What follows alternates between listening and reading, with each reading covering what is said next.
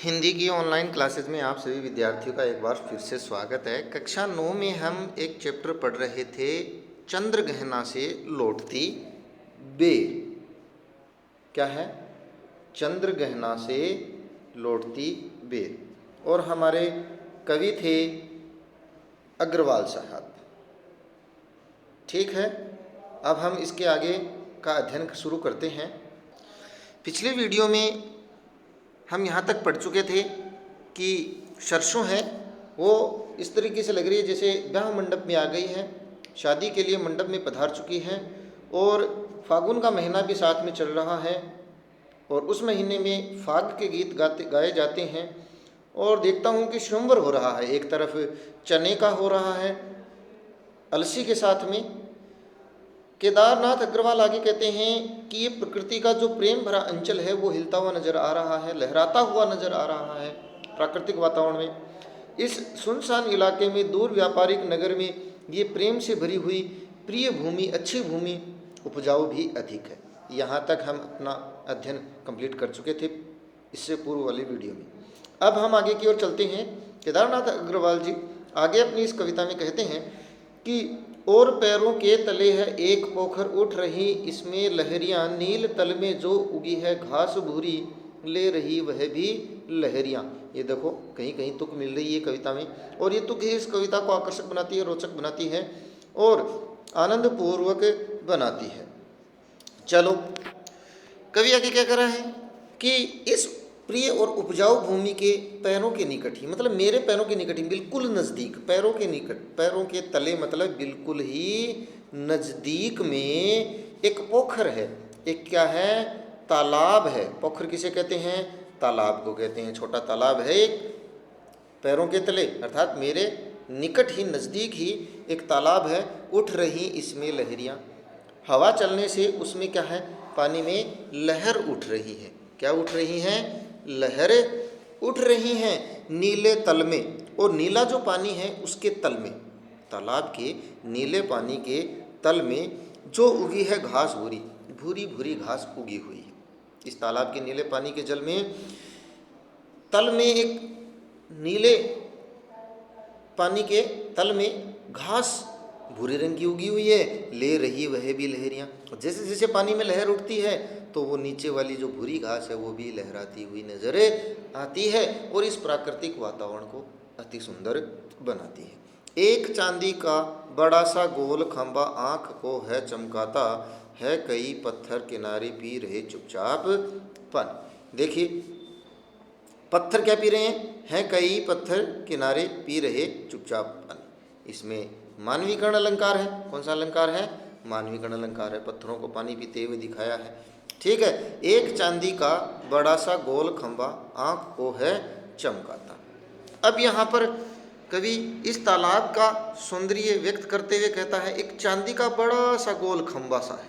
चांदी का बड़ा गोल खंबा कैसे हो सकता है? किस रूप में होता है? शायद सूर्य की किरणें जो इस तालाब पर लंबवत रूप से गिर रही हैं। कैसे गिर रही हैं? लंबवत गिर रही हैं और वो इस तालाब की ऊपर गिरने से चमक पैदा कर रही हैं। देखिए भाई कैसे एक तालाब होता है और सूर्य जब उगता है तो वहाँ पर एक लहरदार रोशनी गिरती है।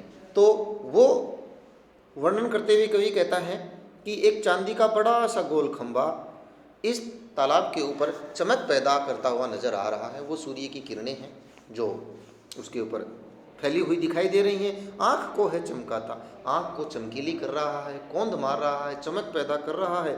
और इसी तालाब के किनारे पत्थर हैं जो चुपचाप पानी पी रहे हैं। कई पत्थर हैं जो क्या पी रहे हैं? चुपचाप पानी पी रहे हैं। अर्थात इस तालाब के किनारे कुछ पत्थर हैं वो आधे पानी में डूबे हुए हैं और कवि को मानवीकरण के माध्यम से ऐसा लगता है जैसे वो पत्थर उस तालाब में पानी पी करके अपनी प्यास बुझा रहे हैं। सीधी सीधी बात है। प्यास जाने कब बुझेगी? ये न जाने कितने वक्त से, न जाने कितने वक्त से, कितने समय से इस तालाब में इस प्रकार ही किनारे पर पत्थर पड़े हुए हैं, लेकिन अभी तक इनकी प्यास नहीं बुझी है। मानो ऐसा लग रहा है पी रहे हैं पानी लेकिन प्यास इनकी बुझी नहीं है। चुप खड़ा बगुला डुबोए टांग जल में, देखते ही मीन चंचल ध्यान निद्रा त्यागता है। कवि आगे क्या कहता है? कवि आगे कहता है कि इसी तालाब के एक स्थान पर चुपचाप खड़ा है बगुला। एक बगुला खड़ा है, जैसे इस दृश्य में खड़ा है एक बगुला, चुपचाप खड़ा है। डुबाए टांग, एक टांग जैसे ये डुबाए हुए जल में खड़ा है। देखते ही मीन चंचल, मीन मतलब मछली, मीन मतलब मछली। कैसी? चंचल, चंचल मछली जो इधर उधर लहराती हुई जैसे ही वो देखता है, ध्यान निद्रा त्यागता है। ये बगुले की आदत होती है, वो पानी में टांग डुबो करके खड़ा हो जाता है, आंखें बंद करके। एक टक वो एक स्थान पर देखता रहता है कि कहीं मुझे मछली दिखाई दे, और मछली को लगता है कि जैसे ये सोया हुआ है, और जैसे ही मछली दिखाई देती है वो झपट पड़ता है। ठीक इसी प्रकार इस जल में भी चुप खड़ा हुआ है एक बगुला डुबाए हुए टांग जल में। देखते ही मीन चंचल, एक चंचल मछली जैसे ही वो देखता है तो अपनी ध्यान निद्रा, अपनी निद्रा यानी नींद को, निद्रा यानी नींद को, ध्यान यानी एकाग्रता को, एकाग्रता और नींद को त्याग देता है, उसी वक्त त्याग देता है, और चट दबाकर चोंच में नीचे गले में डालता है। वो बगुला क्या करता है?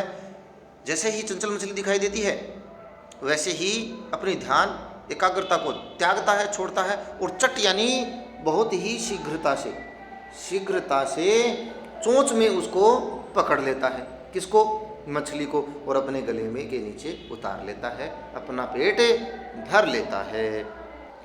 प्रकृति में ऐसा ही होता है, एक जीव ही जीव का भोजन है, और ये प्राकृतिक वातावरण है जिसमें बगुला मछली का शिकार करता है। एक काले माथ वाली चतुर चिड़िया श्वेत पंखों के झपट्टे मार फौरन टूट पड़ती है भरे जल के हृदय पर।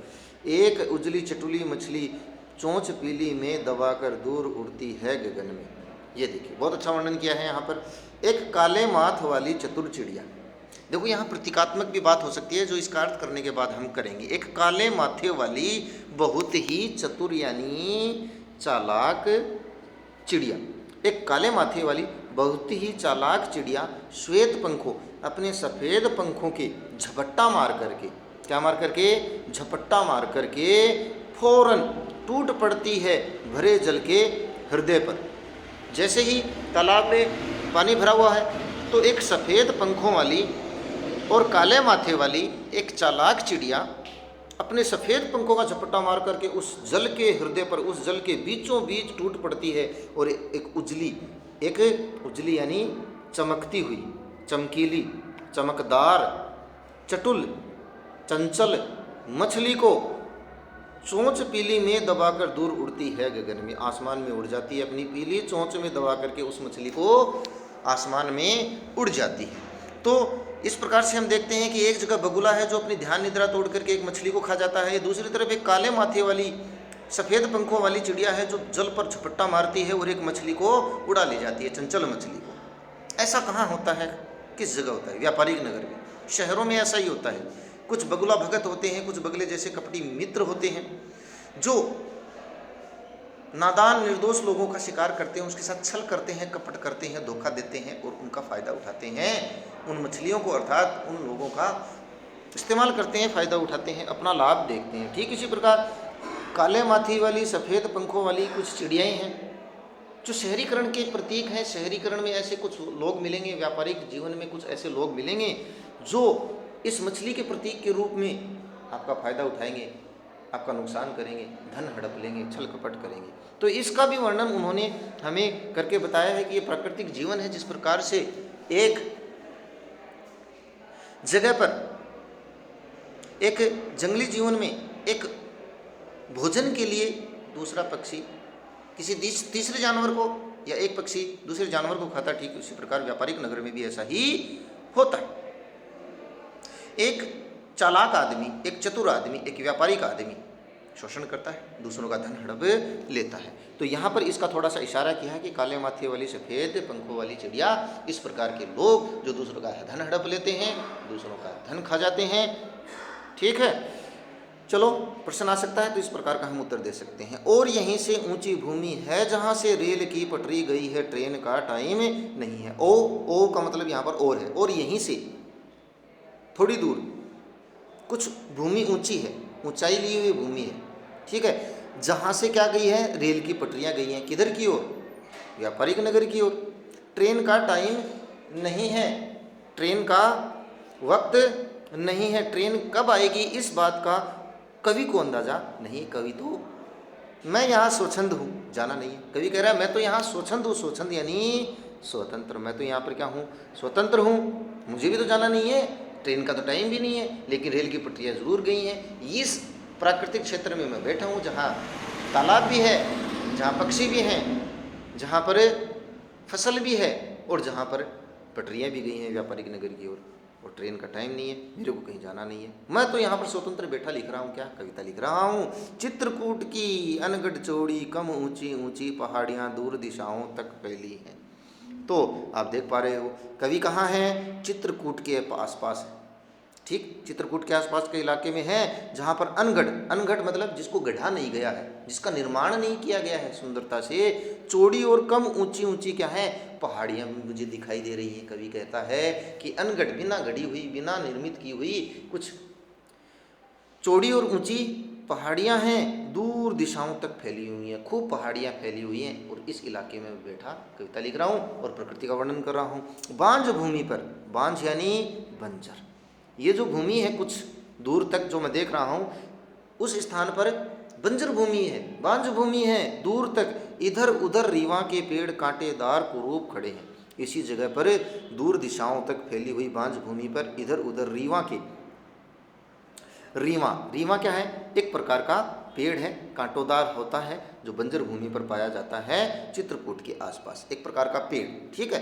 तो इस बंजर भूमि पर इधर उधर रीवा के कुछ पेड़ खड़े हुए हैं जो कांटेदार हैं, कुरूप है, इतनी सुंदर भी नहीं है, फलदार नहीं है, पत्तेदार नहीं है। सुन पड़ता है मीठा मीठा रस टपकाता सुग्गे का स्वर टें टें टें टें। क्या बात कही है कवि ने, बहुत अच्छी बात कही है कि सुन पड़ता है, इसी स्थान पर जहाँ मैं बैठा हूँ कुछ बंजर भूमि है, तालाब है, ठीक है, इसी स्थान पर मैंने सुना एक मीठा मीठा रस यानी आनंद देता हुआ, टपकाता हुआ मतलब आनंद प्रदान करता हुआ, खुशी प्रदान करता हुआ एक सुग्गे का स्वर। सुग्गा यानी तोता, हमारी ग्रामीण भाषा में सुग्गे को, सुग्गा किसको कहते हैं, तोते को कहते हैं, तोता यानी सुग्गा, उसका स्वर सुनाई देता है टें टें करता हुआ, एक मधुर रस टपकाता हुआ तोता बोल रहा है। सुन पड़ता है वन स्थली का हृदय चीरता, उठता गिरता सारस का स्वर टिरटो टिरटो।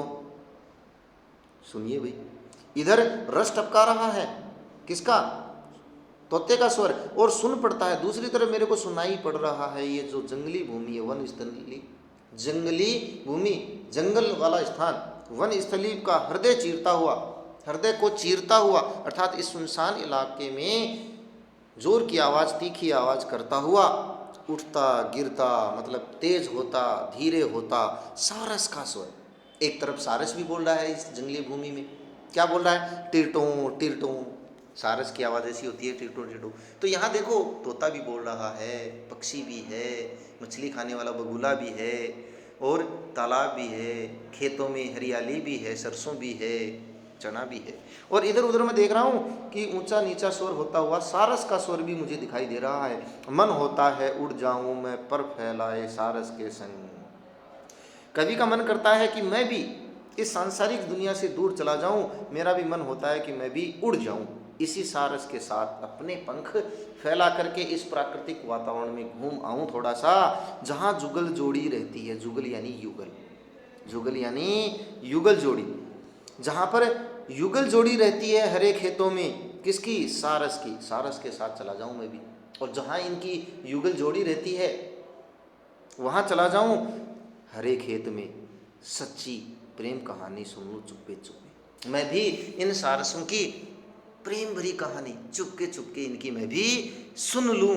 कवि का मन करता है कि इस प्राकृतिक वातावरण को छोड़ करके मैं कहीं न जाऊं, इन पशु पक्षियों के निकट ही में रहूं, इस प्रकृति के निकट रहूं, मैं उन सुग्गे की आवाज़ सुनता रहूं, सारस की आवाज़ सुनता रहूं, और इस सारस के साथ उड़ करके इनकी प्रेम भरी कहानी को सुन लूँ चुपके चुपके। गलत बात है वैसे ऐसी कहानी सुनना, लेकिन कवि का मन करता है कि इस प्राकृतिक वातावरण को छोड़ करके मैं न जाऊँ। तो कवि एक प्रकार से प्रकृति का वर्णन कर रहा है और उसके साथ साथ अपने मन के भावों का भी वर्णन कर रहा है कि कवि का मन क्या चाहता है इस प्रकृति के देख करके। मानवीकरण अलंकार अच्छा किया है, भाषा बिल्कुल सरल है, सारस का वर्णन है, तोते का वर्णन है, पोखर का वर्णन है, पत्थर का वर्णन है, एक प्रकृति का वर्णन है जो कवि ने अपने मन के भावों के माध्यम से स्पष्ट किया है।